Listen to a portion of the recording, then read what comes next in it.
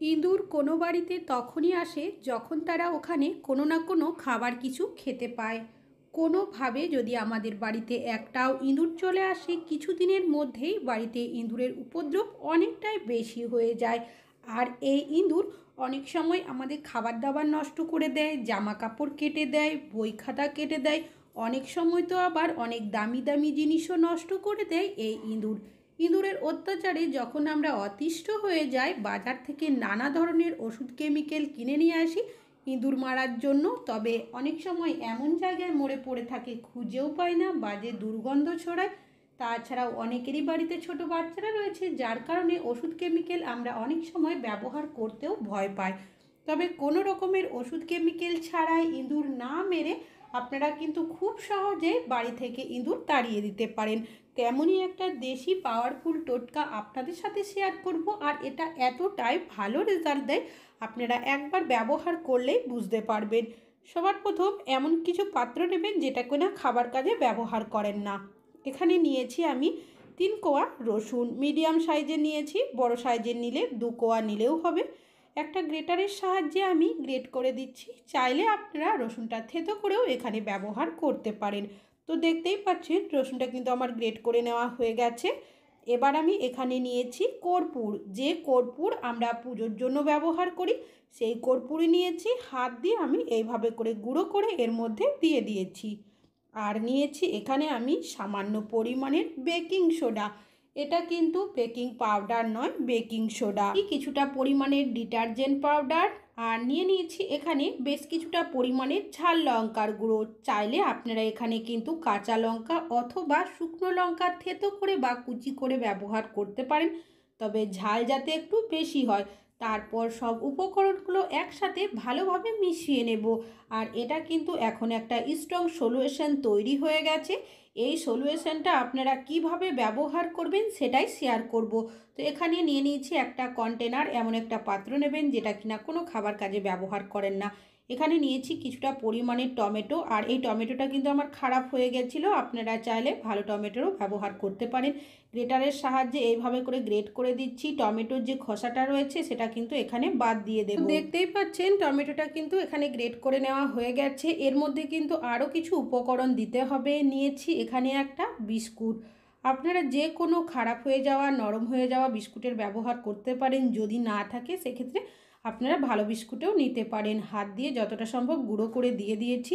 এবার নিয়েছি এখানে আমি কিছুটা পরিমাণের আটা। আটা, ময়দা এই ধরনের জিনিস ইঁদুর কিন্তু খেতে খুবই পছন্দ করে। আর এখানে যে উপকরণগুলো আমি ব্যবহার করেছি সেগুলো কিন্তু ইঁদুরের খুবই পছন্দের খাবার। যেখানে আমরা কোনো সবজিপাতি রাখি অনেক সময় দেখা যায় রাত্রেবেলা কি করে ওরা খেয়ে চলে যায়, কখনো কখনো মুখে করে নিয়ে চলে যায়। যার কারণে এখানে এমন কিছু উপকরণ ব্যবহার করবেন যাতে ইঁদুর খেতে খুবই পছন্দ করে, ইঁদুর খেতে আরও বেশি আকৃষ্ট হয়। কিছুটা পরিমাণের জল দিয়ে সব উপকরণগুলো হাত দিয়ে ভালোভাবে মাখিয়ে নিচ্ছি। এই মিশ্রণটা কিন্তু খুব বেশি নরম হবে না, একটা শক্ত ডোয়ের মতোই তৈরি হবে। তো দেখতেই পাচ্ছেন খুব ভালো করে কিন্তু আমি এটাকে মেখে নিয়েছি। এবার এখান থেকে বেশ কিছুটা ছোট ছোট বলের মতো প্রথমে করে নিতে হবে। আপনারা আপনাদের পছন্দ অনুযায়ী বানিয়ে নেবেন। আমি এখানে বেশ কিছুটা এইভাবে বল করে নিয়েছি। এবার এখান থেকে একটা বল নিয়ে হাত দিয়ে এইভাবে গোল করে তারপর দুটো তালুর মাঝে এইভাবে চ্যাপটা করে নেব। তারপর হাত দিয়ে আরও একটু এইভাবে করে পাতলা করে নিতে হবে। কাজটি কিভাবে করছি সেটা একটু ভালোভাবে দেখলেই বুঝতে পারবেন। একইভাবে বাকি বলগুলোও কিন্তু আমি বানিয়ে নিই, যাতে খুব বেশি মোটা না হয় সেদিকে কিন্তু খেয়াল রাখবেন। তো দেখতেই পাচ্ছেন সবগুলোই কিন্তু আমি একইভাবে বানিয়ে নিয়েছি। এবার এটা কিভাবে আপনারা ব্যবহার করবেন চলুন দেখে নেওয়া যাক। যে মিশ্রণটা আমি আগেই বানিয়ে রেখেছিলাম সেই মিশ্রণটা নিয়েছি। এবার এগুলোর মাঝখানে এইভাবে করে কিছুটা করে মিশ্রণ দিয়ে দিতে হবে। তবে এখানে কিন্তু বেশি পরিমাণের মিশ্রণ দেওয়া যাবে না, কেন কি যখন আপনারা এগুলো মুড়িয়ে নেবেন সেক্ষেত্রে দেখবেন যদি অতিরিক্ত দেওয়া হয় বাইরের দিকে কিন্তু বেরিয়ে যাবে। এবার বাকি যে মিশ্রণটা রয়েছে সেটা সাইডে করলাম, ওটাও কিন্তু ব্যবহার। এবার আপনারা কি করবেন, এগুলোকে নিয়ে চারদিক থেকে এভাবে মুড়িয়ে নেবেন। হাত দিয়ে এভাবে গোল করে একটু চ্যাপটা করে নিতে পারেন বা গোলও করে নিতে পারেন, তবে ভেতরের মিশ্রণটা যাতে কোনোভাবে বাইরে বেরিয়ে না আসে সেটা কিন্তু লক্ষ্য রাখবেন। তবে ওপরের যে লেয়ারটা রয়েছে যতটা সম্ভব আপনারা পাতলা রাখার চেষ্টা করবেন। তো দেখতেই পাচ্ছেন এইভাবে করেই কিন্তু সবগুলোই আমি ভালো করে মুড়িয়ে রেডি করে নিয়েছি। এবার এগুলো আপনারা কোথায় কিভাবে ব্যবহার করবেন পুরোটাই শেয়ার করব। তার আগে এগুলো আমি কি করব, প্লেটের মধ্যে তুলে নেব। তবে এগুলো যাতে আরও বেশি খেতে আকৃষ্ট হয় তার কারণে এখানে নিয়েছি সামান্য পরিমাণের ঘি। ঘিটা কি করব, এইভাবে করে এগুলোর ওপরে আমি কিছুটা পরিমাণে দিয়ে দেব। বাকি যে মিশ্রণটা সাইডে সরিয়ে রেখেছিলাম তার মধ্যে কিছুটা জল দিয়ে দিয়েছি, এইভাবে করে রেখে দিলাম। কোথায় কিভাবে ইঁদুর কোনখান থেকে আমাদের বাড়িতে আসছে সেটা কিন্তু অবশ্যই লক্ষ্য রাখতে হবে। যদি সেদিকটা খেয়াল রাখেন বাড়িতে কিন্তু কোনোভাবেই আপনাদের ইঁদুরের উপদ্রব বেশি হবে না। অনেক সময় আমাদের জানালার সাইড থেকে ইঁদুর বাড়ির ভেতরে চলে আসে। তো রাত্রেবেলা আপনারা এইভাবে করে মিশ্রণ বানিয়ে রেখে দেবেন। তাছাড়াও কখনো কখনো দেখা যায় রাত্রেবেলা কি করি আমরা, কোনো কারণে যদি দরজা খোলা রেখে দিই বা দরজা লাগাতে ভুলে যাই, সেক্ষেত্রে দরজার সাইড হয়ে ইঁদুর কিন্তু বাড়ির ভেতরের দিকে চলে আসে। তো আপনারা অবশ্যই চেষ্টা করবেন রাত্রেবেলা দরজার একটা সাইড করে এই মিশ্রণগুলো রেখে দেওয়ার। এতে কি হবে, যখনই ইঁদুর বাড়ির ভেতরে আসার চেষ্টা করবে, আসা মাত্রই কিন্তু ওরা খাবে, খাওয়ার সাথে সাথেই দেখবেন বাড়ির বাইরের দিকে পালিয়ে যাবে। মিশ্রণটা রেখেছিলাম সেটা কোথায় কিভাবে ব্যবহার করবেন। আমাদের অনেকেরই বাড়িতে এই ধরনের নালি বা জলের ড্রেন থাকে, এই দিক দিয়ে অনেক সময় ইঁদুর বাড়ির ভেতরে চলে আসে। এখানে যদি মিশ্রণটা আপনারা দিয়ে রাখেন, এর যে একটা স্ট্রং গন্ধ হয়ে যায়, সেই গন্ধের কারণে কোনোভাবেই কিন্তু ইঁদুর বাড়ির ভেতরে আসতে পারবে না। আর বাড়িতে যদি কোনোভাবে ইঁদুর না আসে, আমাদের বাড়িতে কিন্তু ইঁদুরের উপদ্রব কোনো দিনই হবে না। আশা করছি আপনাদের এই টিপসটি কাজে আসবে। আর চাইলে কিন্তু যে বলের মতোগুলো বানিয়ে রাখবেন সেগুলোও কিন্তু এই ধরনের নালি বা জলের সাইড করে রেখে দিতে পারেন। ইঁদুর যখনই আসার চেষ্টা করবে, আসা মাত্রই দেখবেন খেতে শুরু করবে।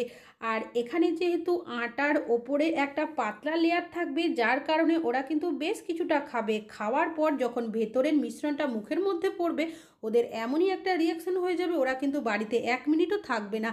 তাছাড়াও আর যেখানে ইঁদুরের উপদ্রব বেশি থাকবে বা আসা যাওয়া করে বলে আপনাদের মনে হয়, সেই জায়গাগুলোতেও কিন্তু আপনারা এইভাবে করে দিয়ে রাখবেন। বিশেষ করে ফ্রিজের তলার সাইডে, আলমারির তলার সাইডে, টেবিলের তলার সাইডে। কেন কি রাত্রেবেলা ওরা দেখবেন এই জায়গাগুলো দিয়ে ঘোরাঘুরি করতে থাকে। এখানে যদি আপনারা রেখে দিতে পারেন, যখনই এই দিক দিয়ে আসা যাওয়া করবে, আসা মাত্রই খাবে, খাওয়ার সাথে সাথেই বাড়ির বাইরের দিকে পালিয়ে যাবে। যেখানে গ্যাসের সিলিন্ডার রাখা হয় অনেক সময় দেখবেন তার পিছনের সাইডটা অনেকটাই অন্ধকার মতো জায়গা থাকে। রাত্রেবেলা যখন ওরা গ্যাস সিলিন্ডারের সাইড হয়ে আসা যাওয়া করে, অনেক সময় অন্ধকার থাকার কারণে ইঁদুর অনেক সময় থেকে যায়, বাচ্চা দিয়ে দেয়, বাড়িতে ইঁদুরের উপদ্রব অনেকটাই বেশি হয়ে যায়। তো আপনারা একটা সাইড করে এগুলো কিন্তু রেখে দেবেন। যখনই ওরা এদিক দিয়ে আসা যাওয়া করবে, আসা মাত্রই কিন্তু খাবে, খাওয়ার সাথে সাথে দেখবেন বাড়ির বাইরের দিকে পালিয়ে যাবে। তাছাড়াও আপনাদের বাড়িতে যেখানে ইঁদুরের উপদ্রব বেশি থাকবে বা আসা যাওয়া করে এটা আপনাদের মনে হবে বা থাকতে পারে বলে মনে হবে, সেই জায়গাগুলোতেও কিন্তু আপনারা এগুলো রেখে দিতে পারেন। যখনই দেখবেন ওরা এই জায়গাগুলোতে আসবে বা কোনোভাবে যদি থেকে যায়। তাছাড়াও এখানে দেওয়া হয়েছে টমেটো, যার কারণে ওরা কিন্তু খাওয়ার জন্য আসবে। যে কোনো সবজিপাতি আমরা যদি রাখি, অনেক সময় রাত্রেবেলা দেখা যায় সবজিপাতি খেয়ে চলে যায়, কখনো কখনো মুখে করে নিয়ে চলে যায়। তো অবশ্যই কিন্তু আপনারা এগুলো ব্যবহার করবেন। তাছাড়াও খাটের সাইডে, সোফার সাইডে রাত্রেবেলা ওরা দেখবেন ঘোরাঘুরি করতে থাকে, সেই জায়গাগুলোতেও কিন্তু অবশ্যই আপনারা রেখে দেবেন। এইভাবে আপনারা করুন, দেখবেন আপনাদের বাড়িতে কিন্তু একটাও ইঁদুর দেখতে পাবেন না। আশা করছি টিপসটা কাজে আসবে।